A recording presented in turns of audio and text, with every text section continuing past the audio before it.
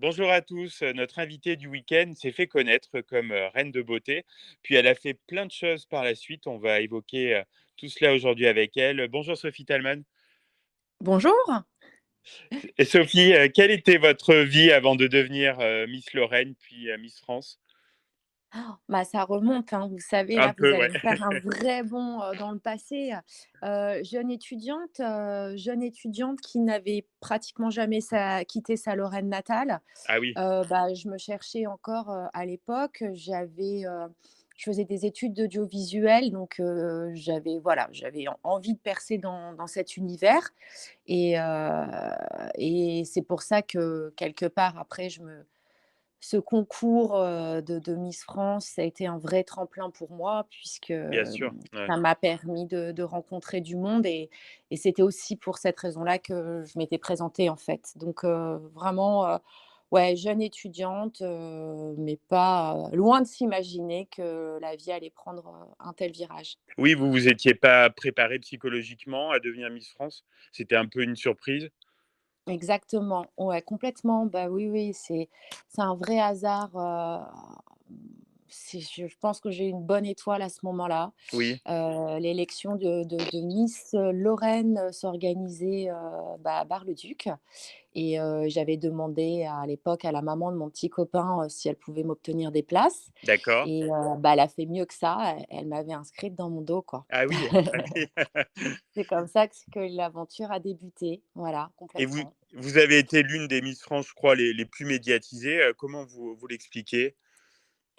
Je l'ai sur le coup, je l'expliquais pas. Je pense que c'était du fait de mon naturel, De votre et répartie aussi, de oui, c'est ça et je pense que c'est du fait aussi que je n'étais pas préparée. C'était pas du tout, une fin en soi. Comme je vous oui, l'expliquais en début d'émission, je voulais plutôt percer dans la télévision, donc c'était pour moi un tremplin, une occasion exceptionnelle de rencontrer du monde dans l'audiovisuel ou même dans la radio et c'est ça que je voulais faire. Donc du coup, les médias, bah, pour eux, c'était du pain béni. Ils m'ont bien sûr, invité oui, oui.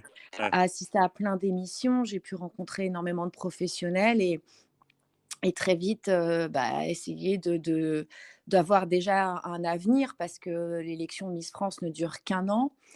Déjà arrivé au mois de juillet, on vous fait comprendre que vous êtes à la Oui. moitié et que du coup, va falloir repasser à la prochaine, Mmh. hein. On commence à organiser les nouvelles élections Ouais.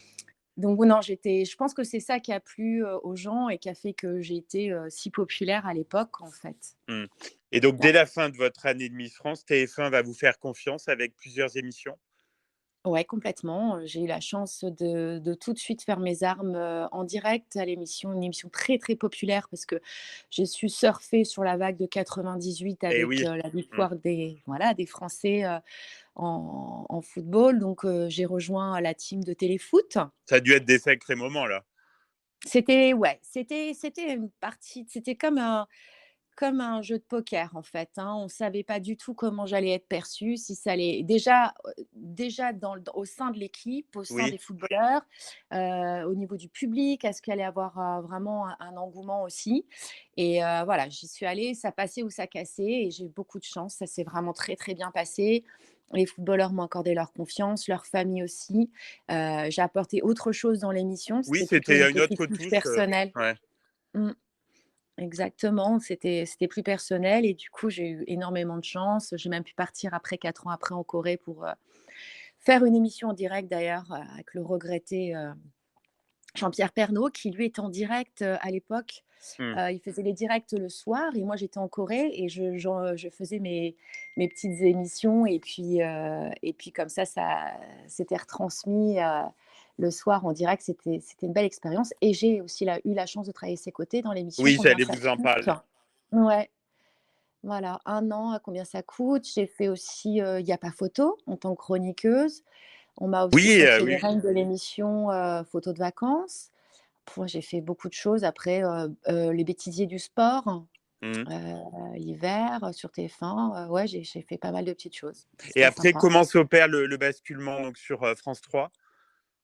Bah, en fait, très vite, on m'a fait comprendre que malheureusement, les droits du football étaient devenus de plus en plus onéreux. J'avais de moins en moins de place dans l'émission Oui, et surtout, d'une super équipe de 7 personnes, on se retrouvait qu'à 2. Donc je me suis dit: Je peux pas faire la même qualité avec une équipe, si réduite», donc j'ai préféré passer à autre chose. France 3 parce que je faisais de la radio avec Pierre Sled dans Les Tontons Footeux. ah oui, c'est vrai, oui. Et du coup, il était, à la tête d'une émission, je sais plus, un jeu, «Vous pouvez répéter la question», ça s'appelait, et je me suis retrouvée à ses côtés. Ensuite, après j'ai fait, après le ma passion première a pris le Oui, dessus, j'allais y venir, donc vous avez pu voilà. concilier votre passion et votre pour le cheval et votre métier d'animatrice? Exactement, avec cette belle opportunité de rejoindre la team d'Equidia. J'ai travaillé pendant 11 années. Au départ, c'était des émissions, des grosses émissions, des documentaires avec des personnalités, qui aimaient le cheval comme Thierry Lhermitte qui était, l'un des tout premiers, et j'ai eu la chance de présenter des émissions, pour les enfants.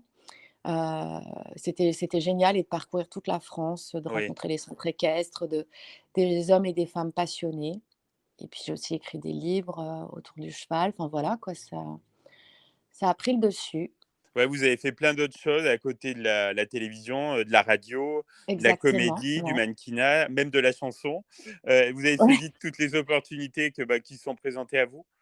ouais, complètement. Ouais, ouais, bah oui, c'était notre génération, hein.